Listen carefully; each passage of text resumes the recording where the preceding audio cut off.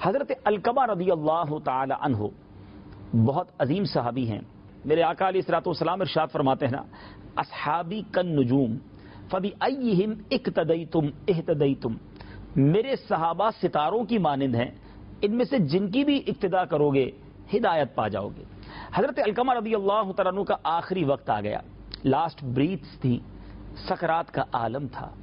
ان کی زوجہ محترمہ نے سرور کائنات صلی اللہ تعالی علیہ وسلم کی بارگاہ میں یہ پیغام بھجوایا کہ حضور علقمہ کا آخری وقت ہے.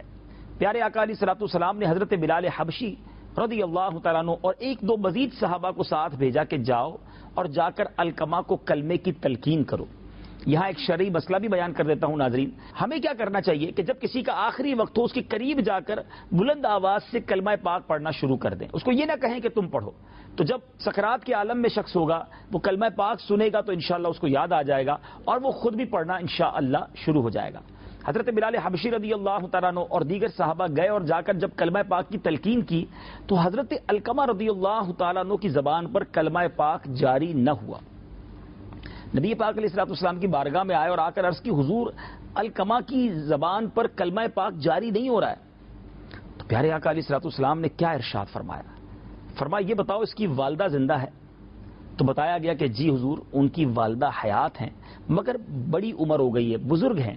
سبحان اللہ، میرے آقا کا کمال دیکھیے. اور یہ بہت سارے نوجوانوں کے لیے زبردست انشاءاللہ ایسا زبردست سبق اور مدنی پھول ہے کہ نبی پاک علیہ الصلوۃ والسلام نے فرمایا کہ ان سے جا کر کہہ دو کہ اگر آپ چل کر آ سکتی ہیں تو خود تشریف لے آئیں، اور اگر آپ اس عمر میں نہیں آ سکتی تو اپنے گھر پر ٹھہریے، میں خود آ رہا ہوں. بزرگوں کے ساتھ برتاؤ کونین کے والی ہمیں سکھا رہے ہیں صلی اللہ تعالیٰ علیہ وسلم. میرے وہ نوجوان جو آج بڑوں کا ادب نہیں کرتے، اگر آج اللہ نے کوئی مقام دے دیا ہے اور آپ کے ملازمین ہیں اور ملازمین میں وہ لوگ بھی ہیں جو آپ سے عمر میں بڑے ہیں، سفید بال والے ہیں، ان کا ادب کیجئے. ٹھیک ہے وہ غریب ہیں، آپ کے ملازم ہیں، لیکن شریعت ہمیں بزرگوں کا ادب سکھاتی ہے. مگر وہ صحابی کی والدہ تھی، کہا حضور میرے مجھ پر یہ حق ہے کہ میں آپ کے قدموں میں حاضر ہوں. با ادب طریقے سے وہ حاضر ہو گئیں. پیارے آقا علیہ الصلوۃ والسلام نے سوال کیا، اے ام علقمہ ذرا یہ تو بتاؤ علقمہ کے بارے میں تمہارا کیا خیال ہے؟ میں آپ کو حدیث پاک کا خلاصہ سنا رہا ہوں ناظرین. تو ام علقمہ کہتی ہیں کہ حضور علقمہ جو ہے وہ بڑا نیک، روزہ رکھنے والا، نمازیں پڑھنے والا، عبادت گزار ہے. نبی پاک علیہ الصلوۃ والسلام نے فرمایا کہ نہیں، تمہارا اس کے ساتھ کیا معاملہ ہے، تمہارے ساتھ معاملے میں وہ کیسا ہے. اللہ اکبر. حضرت علقمہ رضی اللہ تعالی عنہ کی والدہ کہتی حضور میں اس سے ناراض ہوں. نبی پاک علیہ الصلوۃ والسلام نے دریافت کیا کہ اے ام علقمہ کیا وجہ ہے؟ کہ حضور وہ اپنی بیوی کو مجھ پر فوقیت دیتا ہے، پریورٹی دیتا ہے، مجھے وہ رسپیکٹ نہیں دیتا جو اپنی زوجہ کو دیتا ہے. نبی پاک علیہ الصلوۃ والسلام نے جب یہ سنا تو کونین کے والی صلی اللہ تعالی علیہ وسلم نے فرمایا اے بلال بہت ساری لکڑیاں جمع کرو. حضرت علقمہ رضی اللہ تعالیٰ عنہ کی والدہ عرض کرتی ہیں کہ حضور لکڑیاں کیوں جمع کر رہے ہیں؟ آقا نے ارشاد فرمایا کہ اے ام علقمہ میں چاہتا ہوں کہ علقمہ کو آج آگ میں جلا دوں. کہ حضور یہ کیسے ممکن ہے، آپ ماں کے سامنے اس کے بیٹے کو جلا دیں گے؟ پیارے آقا علیہ الصلوۃ والسلام نے ارشاد فرمایا اے ام علقمہ اگر علقمہ سے تم ناراض رہی تو مرنے کے بعد تو اس سے بڑا عذاب اسے ہونا ہے اگر تم نے اسے معاف نہ کیا. ماں ہوتی ہے ناظرین. حضرت ام علقمہ رضی اللہ تعالی عنہا نے کہا کہ حضور میں اللہ کو گواہ بنا کر، اللہ کے فرشتوں کو گواہ بنا کر اور آپ کو گواہ بنا کر یہ اعلان کرتی ہوں کہ میں نے اپنے بیٹے علقمہ کو معاف کر دیا.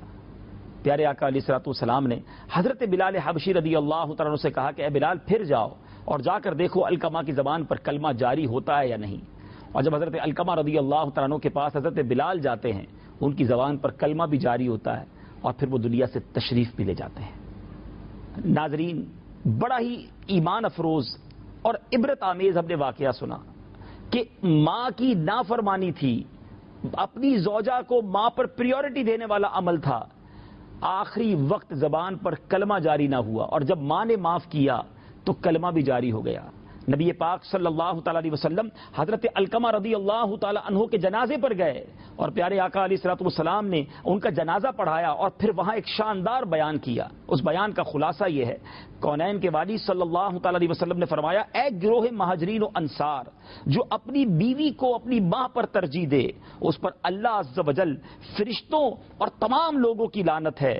اللہ عز و جل نہ اس کے نفل قبول فرمائے گا نہ ہی فرض، مگر یہ کہ وہ اللہ کی بارگاہ میں توبہ کرے اور اپنی ماں سے حسن سلوک کرے اور اس کی رضا چاہے، کیونکہ اللہ عز و جل کی رضا ماں کی رضامندی میں ہے اور اللہ عز و جل کی ناراضگی ماں کی ناراضگی میں ہے۔ ناظرین، یہ واقعہ ہمیں بہت کچھ سکھاتا ہے۔ ماں باپ ہیں، ان کی قدر کیجیے، ان کی دعائیں لیجیے۔ ٹھیک ہے، ہمارے پاس اگر ہماری شادی ہو گئی ہے تو اس کا مطلب یہ نہیں کہ ماں کو بھلا دیا جائے، ماں کو ڈس رسپیکٹ کیا جائے، ماں کو جناب ایک طرح سے اگنور کیا جائے۔ ہماری زوجہ کے بھی ہم پر حقوق ہیں، ہمارے بچوں کے بھی ہم پر حقوق ہیں، کسی کا دل دکھانے کی اجازت نہیں، ایک کی وجہ سے دوسرے پر ظلم کرنے کی بھی اجازت نہیں ہے، مگر ماں ماں ہے، ماں کا مقابلہ کوئی نہیں کر سکتا۔